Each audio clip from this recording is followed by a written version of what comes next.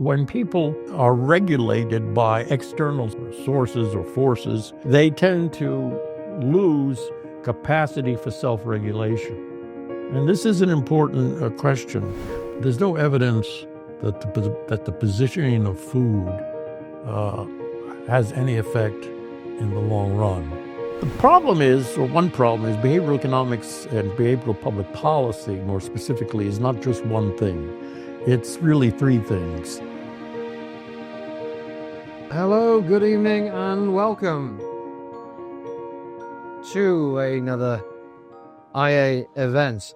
My name is Cass Snowdon. I'm the head of lifestyle economics here at the Institute of Economic Affairs. Fantastic to see so many of you out this Tuesday evening. I'm extremely excited about this evening. The book that this man co-authored a few years ago, Escaping Paternalism, I consider to be possibly the best economics book of the century so far. We'll get into what it's all about in a little while. He is Professor Mario Rizzo from the New York University, the Professor of Economics at the New York University, also the co-director of the Classical Liberal Institute, also of NYU. He's a co-author of Escaping Paternalism, as I say, previously also the Austrian Economics Re-Examined, The Economics of Time and Ignorance, and a number of journal articles, one of my favorites being The Camel's Nose is in the Tent, all about the supposedly mythical slippery slope. And he's published in such journals as Journal of Legal Studies, Columbia Law Review, and UCLA Law Review. The evening is going to proceed as follows. Professor Rizzo is going to give us a talk about the subject of his choice for about 15-20 minutes. So I'll then ask a few questions from the chair and then throw it open to you guys. So without any further ado, up to you, sir. Okay, thank you. I'm very happy to be here.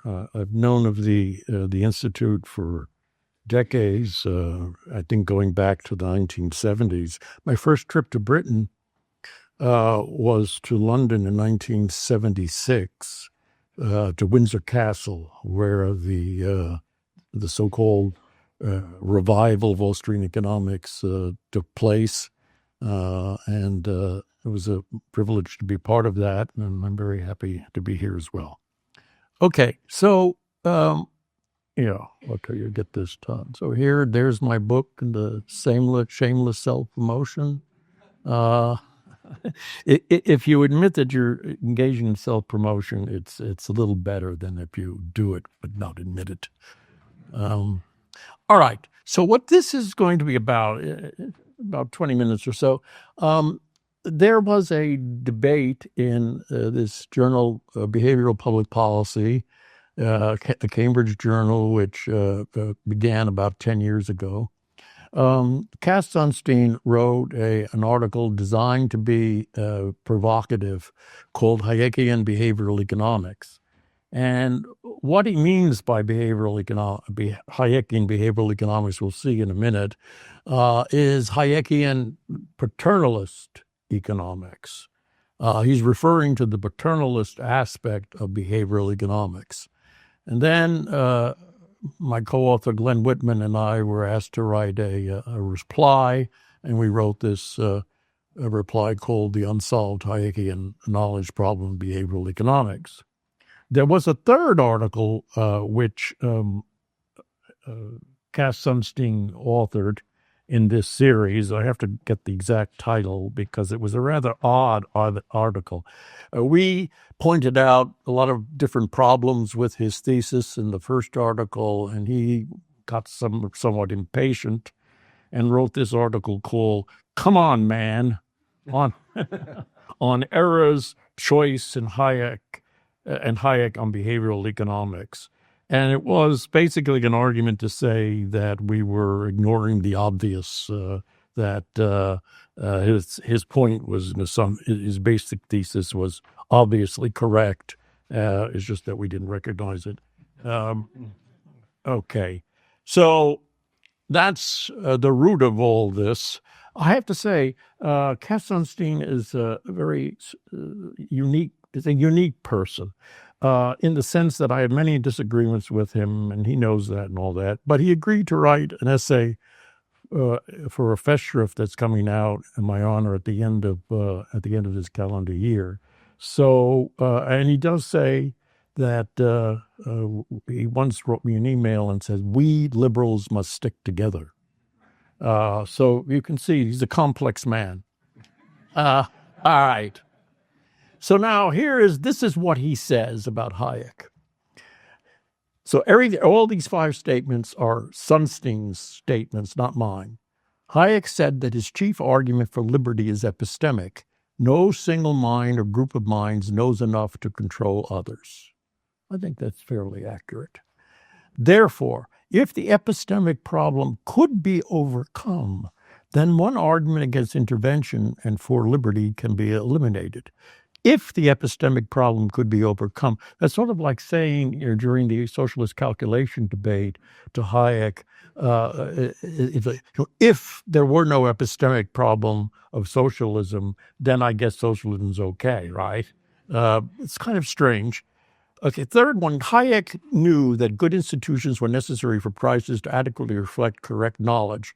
Therefore, it is possible that Hayek would have favored some institutional arrangement to correct biases if their nature and extent could be known. There are a lot of qualifications, right? Fourth point, Sunstein believes that behavioral economics has the wherewithal to overcome the knowledge problem in certain cases. And then the ultimate conclusion is Hayekian behavioral economics, with the paternalist policy, is reasonably conceivable. So there's a lot of hedging going on here, as you can see. If the problem could all become, it's reasonably conceivable that he might have favored paternalistic intervention, etc. All right. So the problem is, or one problem is, behavioral economics and behavioral public policy, more specifically, is not just one thing. It's really 3 things. It's a set of normative standards, and the normative standard has been people's true preferences. I'll say something about that in a moment. But it has moved to some extent from the standard of true preferences to some sort of direct welfare measurement. I'll explain. A continuum of policies from soft to hard, everybody understands, advice, nudges, non-waivable defaults, syntaxes, mandates, banning things, and it's supposedly evidence-based. No a priori assumptions about individual behavior. I don't think they quite mean no, because they still think people respond to incentives. So, yeah, that's good. What is the Hayekian knowledge problem? Well, most of you know this, but let me just repeat. Hayek makes a distinction between general scientific knowledge in contrast to the concrete knowledge of circumstances of time and place. So, for example, certain biases might be found in lab experiments, right? However, the real-world instantiation of these is heavily context-dependent, both as to the existence and their quantitative magnitude. Even when present, the effects of biases are context-dependent. I came across this quotation as very enlightening from Jerome Kagan, who my psychologist friends tell me is actually one of the leading psychologists of the 20th century. And this is what he says is a fundamental problem of psychology. Few psychological concepts intended to represent a person's tendency to react in a certain way apply across diverse settings. Now, this is extremely important because Daniel Kahneman, who in some respects originated most of this, the biases and the literature on biases, always said that, yes, the biases are contextual, but he believed that he had found an intermediate level of contextuality. That is to say, not so contextual as to be unusable in a analysis of general issues, yet so not so contextual as to be only relevant in very specific cases. So at some intermediate level, there is a sense in which biases operate, and they are kind of sensitive to context, but sometimes they're not sensitive to context. So it's this intermediate level. Kagan has a more extreme view, which I think is supported by many psychologists, is that you vary a context a little bit and psychological propensities change. They're very contextual.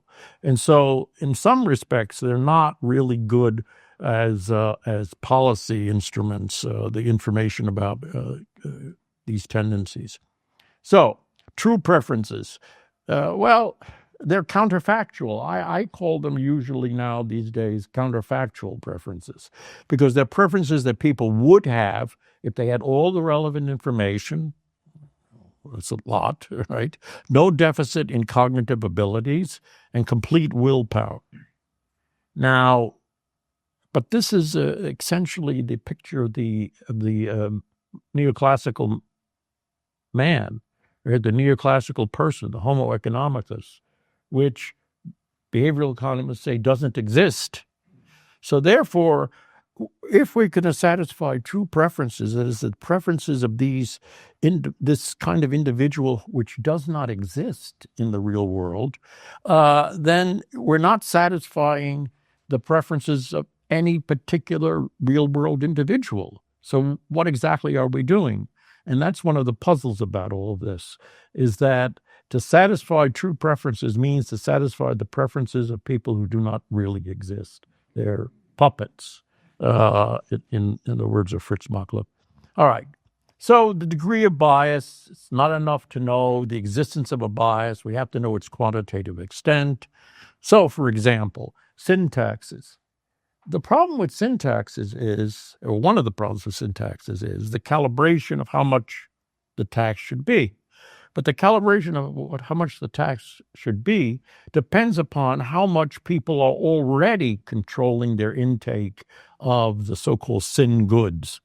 And so it's very easy to in a sense, double count, to put a tax as if people were not at all interested in controlling their intake of the sin good, which means you overdo it. So you have to know the degree to which people are already taking into account the harmful effects of so-called sin goods before you know how much tax to put on. But we don't know that. It's very difficult to find out. And so the quantitative estimates of what an appropriate syntax was, I remember reading an article by two economists, and they said, well, appropriate syntax is somewhere between I think they said something like 40% and 600% or something like that.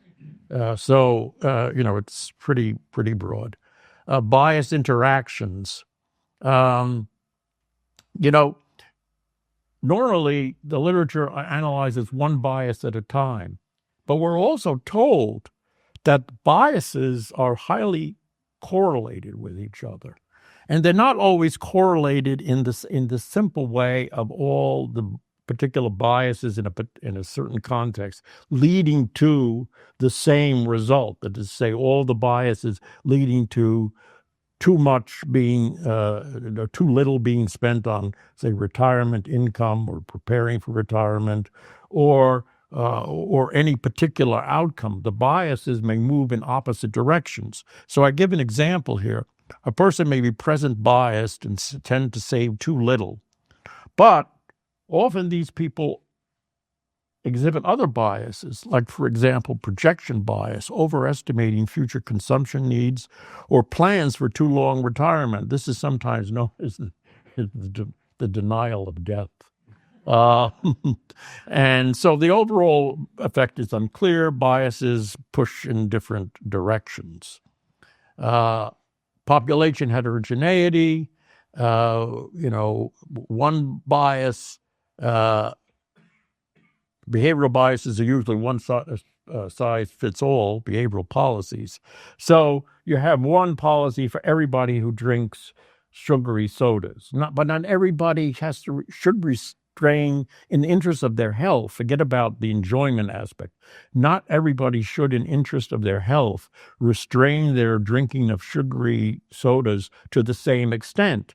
Yet the policy doesn't recognize the differences in needs in that regard. So, for example, you get sort of study like these. For example, in this big survey in 2020, 29% of the sample were present biased, meaning they tend to procrastinate, they're overly concerned about the present. But then they find that 33% were future biased. They have a bias toward future income, bias toward future goods, future well-being. With respect to food, notice that the biases with respect to money and respect to food are not the same. Respect to food. So people who preferred healthy food now or later, in that distinction, 15% were present bias. That is to say, 15% preferred junk food now to healthy food in the future, and 7% were future bias. You're just the reverse.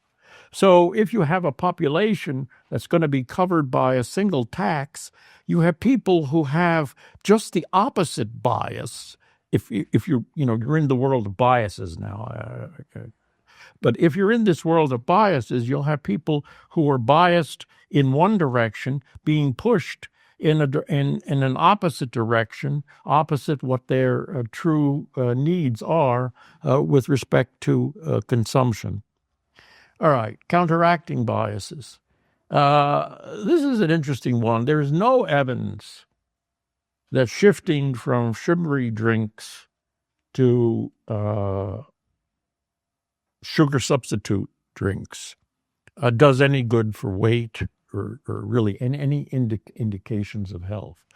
So the usual substitute, usually what people substitute when there's a tax on the sugary soft drink, is they shift to the non-sugar sweetened drinks.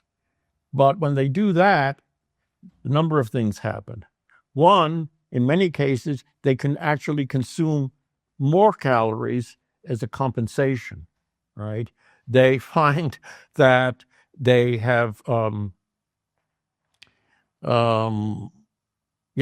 that they have reduced their calories in one respect, so they feel free to increase their calories in another respect. There's also a kind of biological aspect going on here. Sugar is satisfying in the way that non-caloric drinks are not. So your appetite is likely to be greater when you're consuming food with a drink that is without sugar than with a drink with sugar. So the compensation tends to be then that you consume more calories when you are, in effect, being pushed in the direction of consuming fewer calories. Then finally, in this respect, counteracting behaviors. We all know about the retirement savings programs, that the automatic enrollees they're saving more, and that people, when they're automatically enrolled, are more likely to be in the program, et cetera, et cetera. Well, an analysis was done of these people who are automatically enrolled, and they find out that 40% of the retirement savings that they were offset by withdrawals and after 8 years. So what does that mean? Well, it seems to me what that suggests is that they really didn't want to be increasing their retirement contributions, but were nudged, so to speak, into doing so. But then after a period of time, they decided, no, they really don't want that. And so they withdrew from their retirement accounts with a penalty, or they increased their loans to substitute for the money that they had put in retirement. So this was not actually a win-win situation. There were many problems with this. And also I would suggest, and I can't go into it here, that the main reason for people enrolling or remaining enrolled in the retirement programs has nothing to do with behavioral economics, but had to do with increased information and about the benefits of retirement savings. All right. Finally, I think this is the final point. Self-regulation. So self-regulation is idiosyncratic. Let me give you one example. So you just observe a person who, let's say you have knowledge that the person is on a diet to lose weight. So you then see that person, let's assume, eating some sort of sugary snack. And then you ask yourself the question, well, is the person violating the diet? Or is it the case that this is an exception which enables the person to keep to the diet? In other words, it's much more difficult to say, I will never again have a cookie. It's much easier and probably a better kind of diet to say, okay, I'll give myself permission to have a cookie on weekends or something of that sort. Right? So is that a violation of the diet, or is that something which helps you keep the diet? It's not easily observable. And that's why I say self-regulation is idiosyncratic. And so it's hard for us to observe what people are already doing to balance their food intake or other matters. Secondly, much of these decisions that are in the experiments are done by individuals acting or thinking alone. But it turns out that when you test people for biases in small groups, and when you allow the small groups, people in small groups to discuss the matter, biases tend to be eroded. These are the cognitive biases, the mistakes that people supposedly make. And sometimes they disappear entirely. Why? Because in small groups, certain fallacies of reasoning become obvious. It takes one person to say, oh, yeah, yes, that's right. That's a fallacy. But the point is that in the real world, when people make important decisions, they often confer with others. They confer with family members, friends, and colleagues, other advice givers. And so they're not really making decisions as this sort of isolated, lone, economic, homo economicus, but they're actually engaging in interaction with others, which has been shown to reduce or in some cases eliminate biases. And then I guess this is really the final one. There is a trade-off between self-control and being regulated by other people. And it's not just a hypothetical or casual idea. When people are regulated by external sources or forces, they tend to lose capacity for self-regulation. And this is an important question because if internal or self-regulatory powers are not exercised, they tend to wither away, so to speak. And even in the long run, they move from the initial state. The person moves from the initial state to a later state without the same strength of movement. In other words, that the control that the individual exercises for him or herself is stronger in the long run than any control that is exercised from the outside.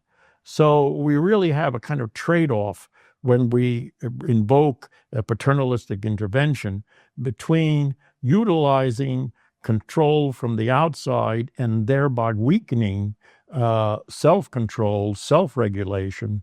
And so we tend to produce a society in which people become even more dependent upon the external regulation than they otherwise would have been. So, to finish, I say nothing should be construed as my saying that people don't make mistakes. They're sometimes foolish. People are fallible. But it's one thing to recognize human foibles at a general level, and it's another thing to ascertain them in specific instances, given the myriad of local and personal factors that must be considered in decision-making. So people need good information, admittedly, to make good decisions.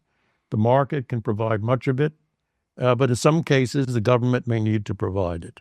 But providing information is not a nudge. It's not something that behavioral economists discovered. It boosts our decision-making capacity, and we knew all of this before behavioral economics.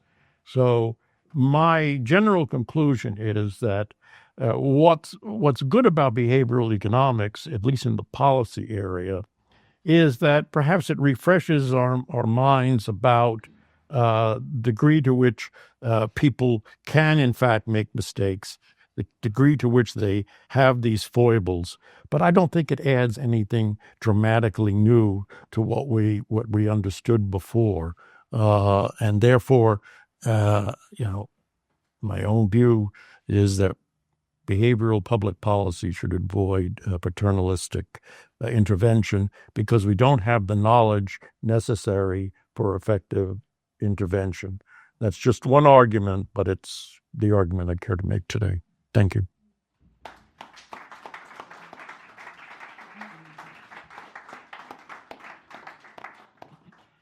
Thank you very much indeed. Fantastic. You've got a huge amount of your book into that. If you read the book, you'll see that the book is a very expanded version of a lot of those really important points that you just made there.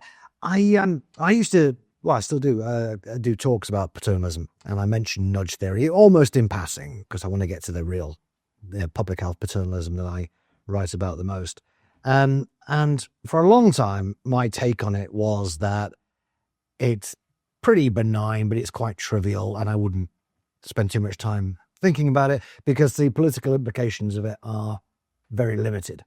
And even in the book Nudge, they don't actually have that many policies. They have a few suggestions for people who run canteens and things like that, right? But they don't have that many policies.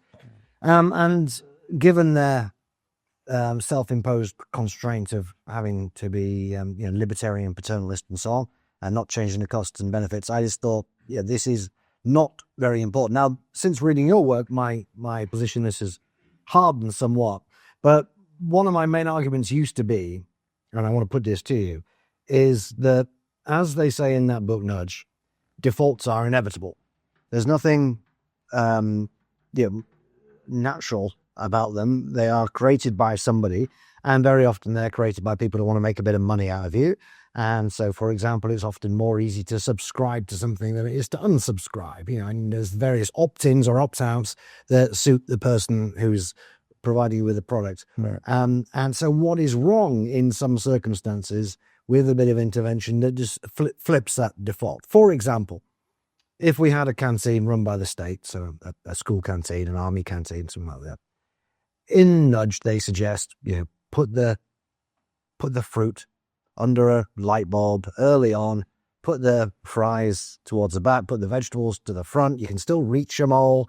It's a very trivial extra bit of effort that you have to go to. And we have some research showing that this will improve people's diets somewhat. What would be wrong with that kind of thing? Well, the first thing to say about it is that there's no evidence that the positioning of food has any effect in the long run.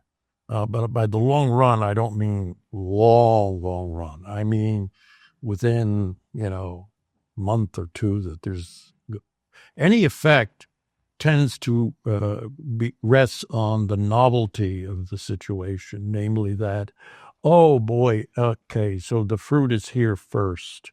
Okay, so first time you go through the line, You see the fruit and maybe you take it. The second time you go to the line, you know the cake comes next, right? And the third time you go to the line, and the fourth time you go to the line, right? The novelty wears off very rapidly. There have been studies on the distinction between novelty and salience. Sometimes people who advocate the food positioning thing say, well, we're making certain foods salient, and that's what gets people to choose them.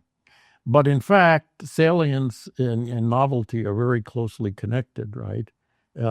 If you expect something to be in a certain position, it no longer strikes you as being particularly noticeable. So I don't think it has any. And then there have been studies about calorie consumption and all of that, using the information about from the registers of the food checkout area to learn what people are ordering under different circumstances. And as I said, there's no evidence that it changes people's behavior. Now, so then you say, okay, so it doesn't do any good. Is it a horrible violation of individual liberty or something of that sort? I don't think it's a horrible violation of individual liberty, but I think it's important to understand that you're not doing much good by it, and that it's better to recognize that and then move on.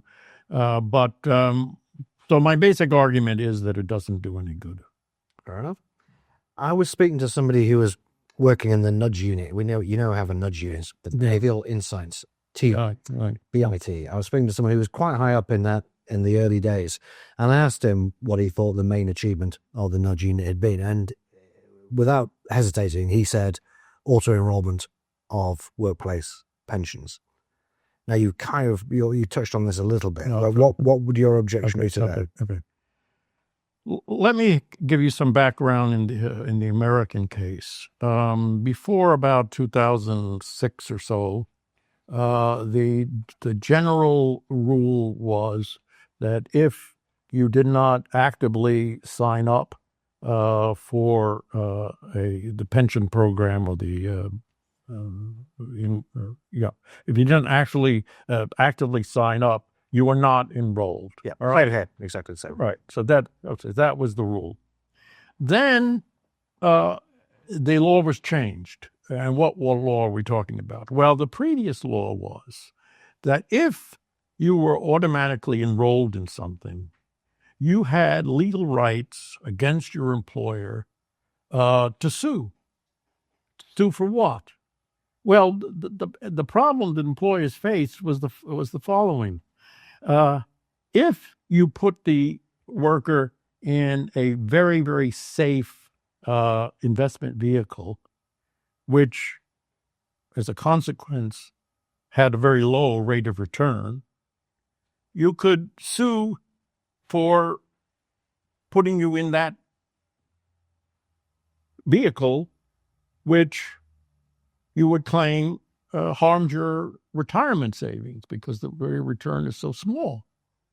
On the other hand, if you put somebody in a risky, high risk, high reward kind of thing, and you had a downturn, you could sue to say, well, look what they did. They made my retirement extremely risky. So I have a cause of action against them. So the law was changed. And so what the law was changed to was a safe harbor situation. If the automatic enrollment put you into investment vehicles within a certain degree of risk and reward structure, the employer was safe, right? You couldn't sue the employer for any type of malpractice or anything of that sort. So they were protected now against lawsuits based on automatic enrollment. All right, so now they're protected. So what's happened? Still, the law hasn't gotten involved. What now happened was each year more and more employers were automatically enrolling their employees in these programs. No coercion or from the government or none of that. Why do they do that? Well, presumably, at least in my interpretation, they did that because they believed that most employees would ultimately want to be enrolled. And you could opt out of the situation very easily, as you know, you could opt out very easily. But most, they believed, wanted ultimately to be enrolled. But that's not the full story. The full story is at the same time that more and more firms were automatically enrolling their employees, there was more and more information being disseminated about various mutual funds, their advantages, and more people were aware now of the benefits. So you have a simultaneous event. One is employers automatically enrolling, people having more information, and also people interpreting the automatic enrollment as a recommendation. Now, this is not just hypothetical. There were studies that indicated that people believed that when their employers automatically enrolled them in these retirement programs, they were basically saying to them, the workers, this is good. This is what we think you should do. And to the extent that people believed that their employers had their well-being in mind, they, took it seriously. And so even more people, even in those firms where there was not automatic enrollment, more people started to enroll. All right, so now we get rather large number of firms enrolling people, large number of people enrolled. I say because of the recommendation effect, the increased information about the viability of different investment vehicles and things of that sort, I place that as being the central causal factor. Now, if you say that, well, this is a victory for behavioral economics, I just don't see it, because nothing has happened in this whole process that is particularly behavioral, right? To convey a recommendation and for people to act in accordance with that recommendation, to accede to it, to think that it's valuable, is not a behavioral insight. What's unique about it is the form that the recommendation took, not any, strange behavioral something or other going on. So I don't. So my position is twofold. One, I think the reason that it took off has nothing to do with behavioral economics. And secondly, that in general, it was a good thing that people invested more in their future. I have no objection to that. But what then happened, the final stage in all of this, is that that wasn't good enough, that firms were automatic or on their own engaging in automatic enrollment. More and more people were enrolled in these programs. That wasn't good enough. They had to include in a law passed during the Obama administration, the last days of the Obama administration, to make automatic enrollment compulsory, to say that firms had to automatically enroll people in these programs.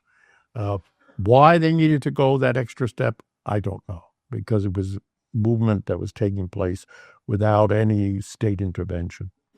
Yep, but that's what they've done here, and apparently the nudge unit, I think it's wonderful. I would even question whether it actually is the rational thing to do. I think for a lot of people in their 20s, certainly, and probably in their 30s, it makes more sense to save up for a house. There's also in this country a strong suspicion that the only reason the government is doing this is so that in a few decades hence, they can start means testing the state pension. In other words, if you've been if you've been auto-enrolled since you were 18, you won't get a state pension, at which point you might start thinking, maybe I should have spent that money on wine, women, and so on. So it's not always easy to see what the rational policy actually is. There's one more question I'll throw open to the floor. The slippery slope, I have to ask you about this, because tomorrow in Parliament, almost certainly MPs will be voting for the total prohibition of tobacco, albeit very gradually.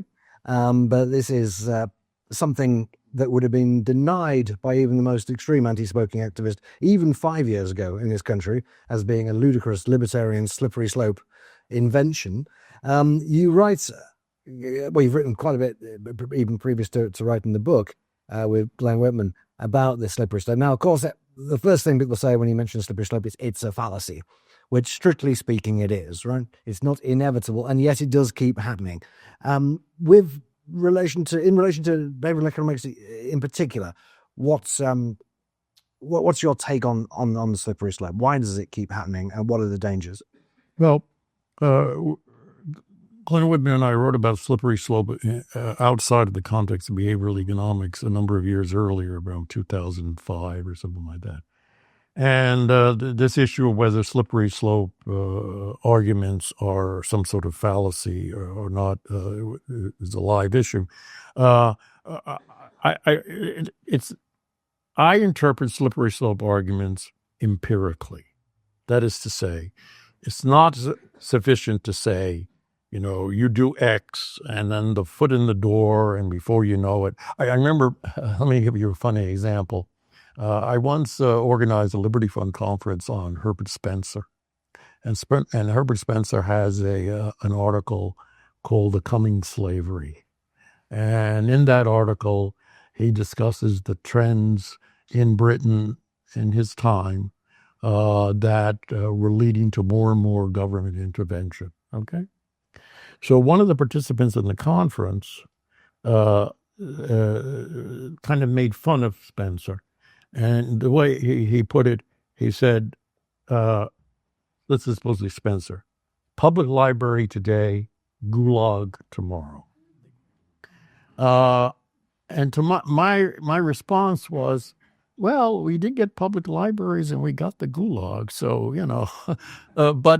but the point is that if these slippery slope arguments are treated as if they as empirical arguments, then what you've got to do is you've got to show more, right? To make a reasonable argument, you've got to show that there's some reason to believe that certain types of intervention will breed further interventions. So it's not a fallacy. I mean, it's a fallacy if you just assert it, right? And then it's like you're changing the subject. Somebody says, well, I want to talk about cigarette labels. Labels on cigarette packages, and you want to talk about banning cigarettes. So you're changing the subject, and a lot of people are annoyed by that kind of thing. But the fact is that I'm more familiar with the United States case, but if you look at cigarette regulation over a number of decades, you very easily see this movement toward more and more government intervention in the area of cigarette regulation. So it's not an imaginary thing. It keeps happening because of a number of things. One thing is that once people get used to a particular intervention, okay, or cigarette labeling, right, it in effect reduces their aversion to further intervention. Because what they see is that, well, we have this label, it didn't do any harm, and maybe it did some good. So, okay, so now it's okay if we raise the smoking age from 18 to 21 or to 25 or something like that, right? It's just a little bit more, not much more, but just a little bit more. And then you keep moving on, a little bit more, in some other area, a little more regulation here, a little more regulation there, doesn't do much harm. There is a sense in which people become acclimated to a degree of regulation, which then makes them more vulnerable to further regulation because they've come to be accustomed to a certain degree of it. So I think, and there are also biases that are at play in this area of regulating self regarding behavior.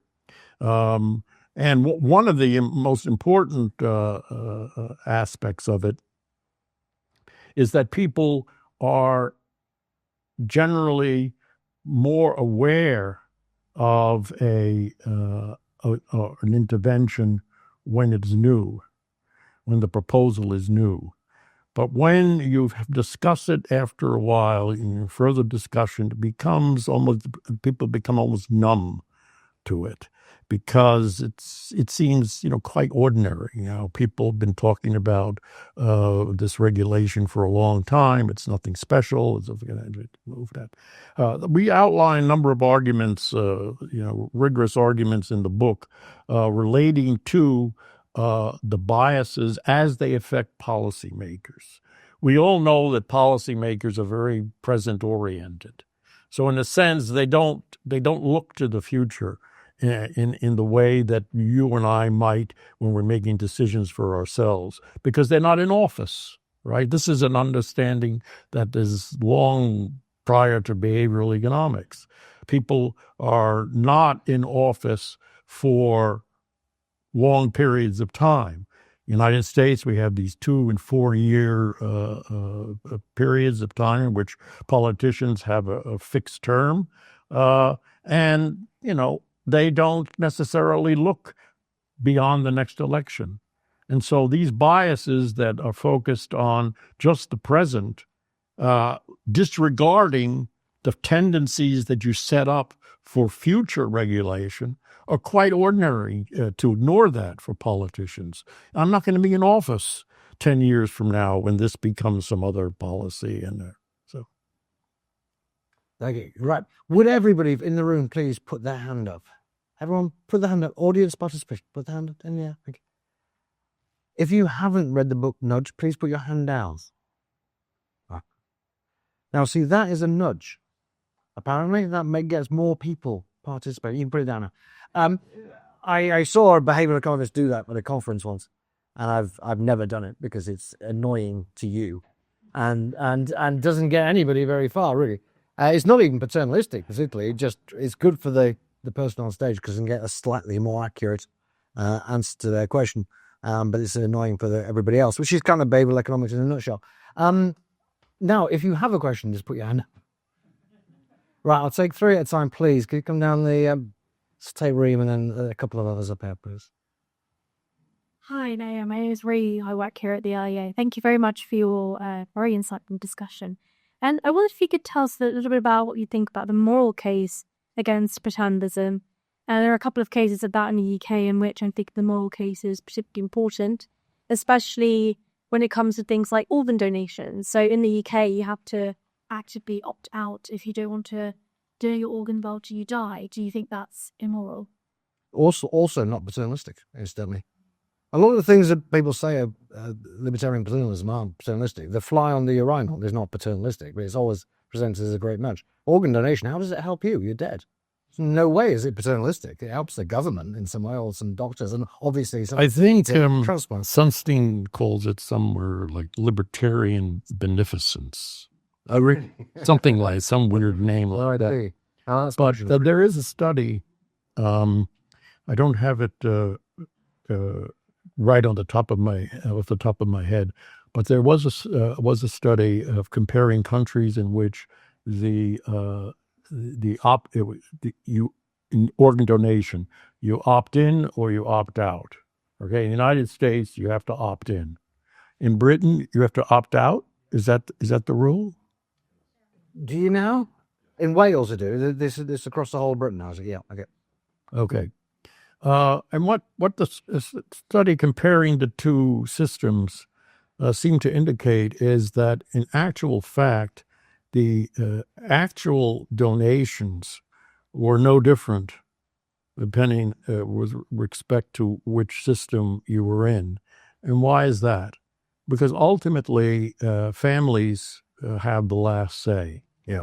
And so you're not in the case. It's not the case where the person, is in the system, having failed to opt out, maybe because they don't like thinking about death or something. I don't know.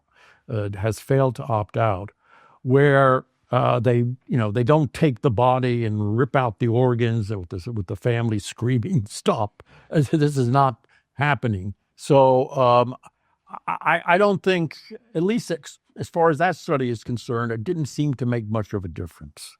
Now, at the morality of it, I'm willing to say I think the presumption should be that you have to opt in, because the human body, I have a sense that we ought to treat it with a certain dignity and inviolability unless a person agrees otherwise. That, but I've always, in things I'm writing, I always emphasize the sort of the effects, because that's my comparative ability as an economist. And so I haven't really addressed very much the moral issues involved, but there are moral issues involved. It's just, as an economist, I prefer to keep to the consequences. Indeed, and there's a lot of government failure. And this is an interesting example of it, because I know in Wales, certainly initially in the first year or so, for the reasons you say, you don't have to be in the system. Your parents next of kin can just say, by all means, have his organs. But once you opt out, until they had an opt-in, almost nobody opted out. Once they started talking about opting in, about 10-15% of the population opted out, and that can't be overridden by the parents. So I think in Wales, it actually led to a decline in organs initially. More questions, please. Right down in front, please. Hello. Right, let's do a second. It's just for the video. Hello. I'm a libertarian, or classical liberal. And unfortunately, I live in Putney, which means I'm the only libertarian. So I try to avoid conversations about politics and economics, but occasionally I have to. And I'm looking for some advice, please. So as I see it, essentially there's a decision as to whether to believe what people do or what people say. So I might say, well, revealed preferences. If he wants to smoke, he's smoking, so that proves he must want to smoke. But what if my friends say, oh, yes, but if you ask him, he's in favor of the smoking ban. Do you have any advice? Okay. I think it was a mistake on the part of many neoclassical economists to say that all there is to any of this is your, demonstrated or revealed preference. Jim Buchanan, often argued that, people do people do want to, in some cases, people want to constrain their own behavior.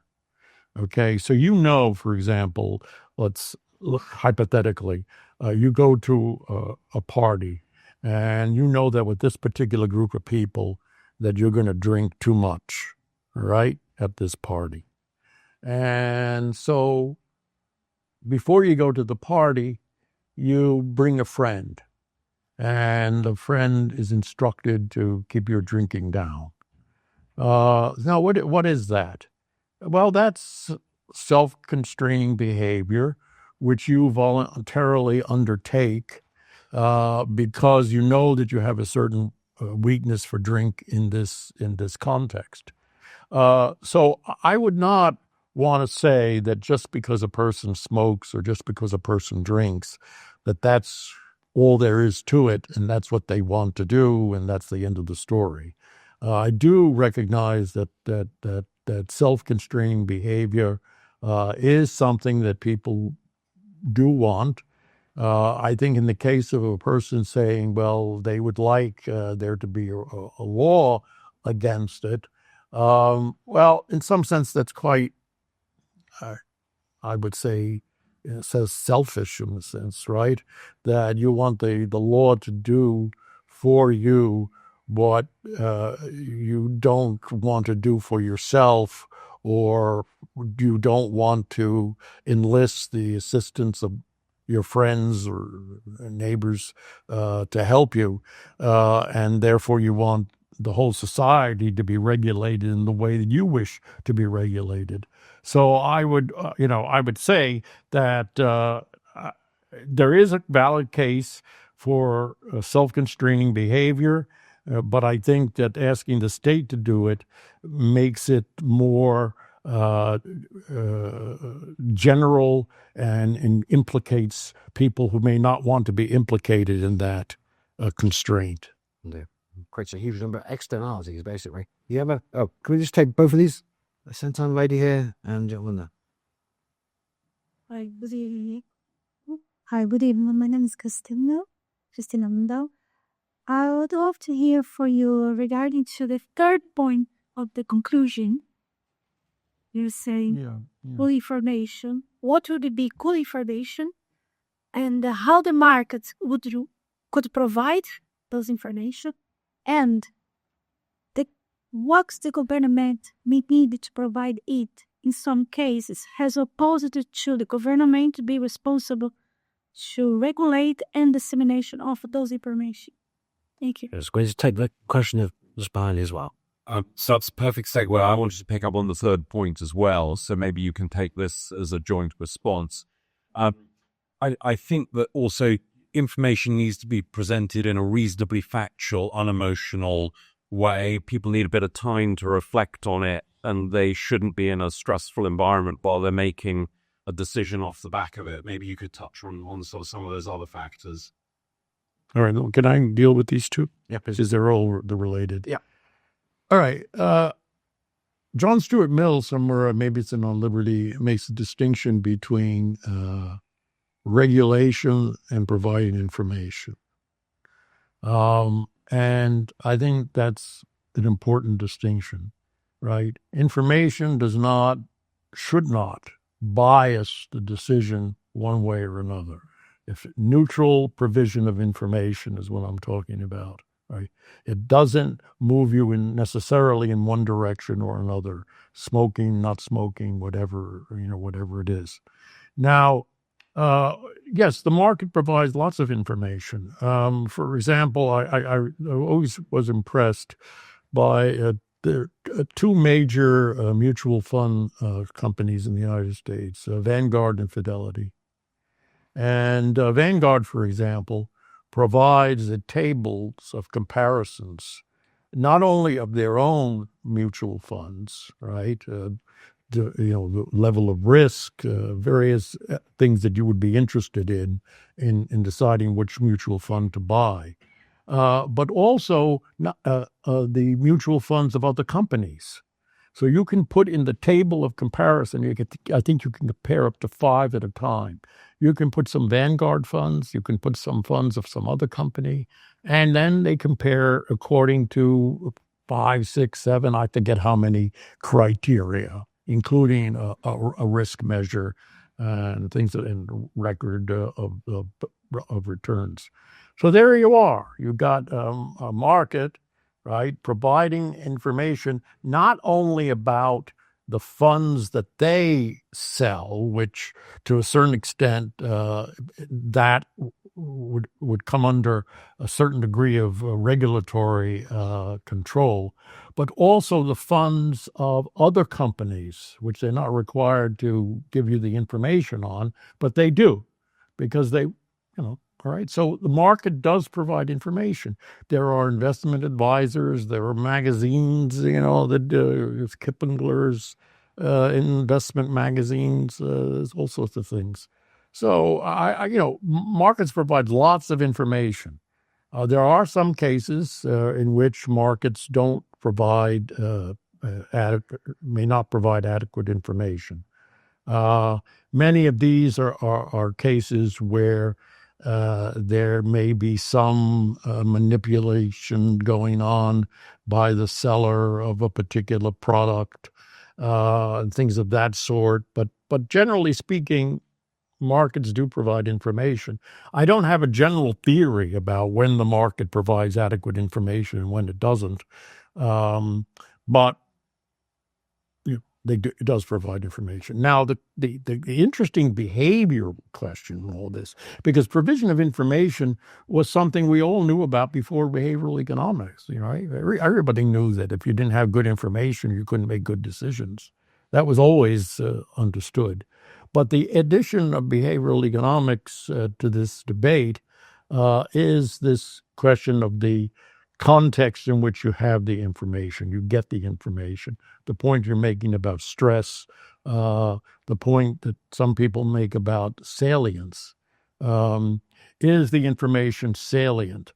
If I present you information about mutual funds in the way that those brochures that are legally required do, very complicated information and detail and technical terms and all of that stuff, and I just hand that to you and say, okay, now you've got the information, so obviously you're going to make the best decision. Oh, that's wrong. It's obviously wrong, right? It has to be in a form which is digestible. And I think that's a valuable insight of behavioral economics.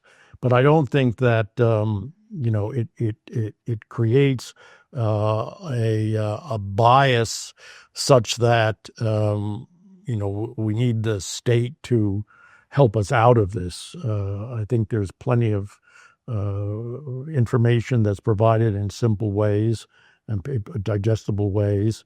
And so I'm not seeing that to be a major problem. Okay, I think we better finish there. It's running slightly over time. That was absolutely fantastic. Thank you very much. I absolutely loved this book, as I think I probably made clear. I was also interested, I've been thinking ever since already about your point about the economic, the socialist calculation problem. I can't remember if you mentioned that in the book, but it's a very good parallel. Yeah. It's interesting that Sunstein thinks that he can get over this because, as you say, the whole problem with socialism is a calculation problem. And people in recent years, because technology has been saying, oh, we think we can get over this now. I think Allende in Chile years ago thought he had the computers to actually work out what the demand was. But it's very similar in that you're trying to work out what people want, what people demand. And we can't. And there is no way of knowing people's true preferences. And the best way of getting a rough approximation, I think, is probably by looking at what they're doing. Billions of people's transactions every single day. So thank you very much for that. Thank you very much for coming.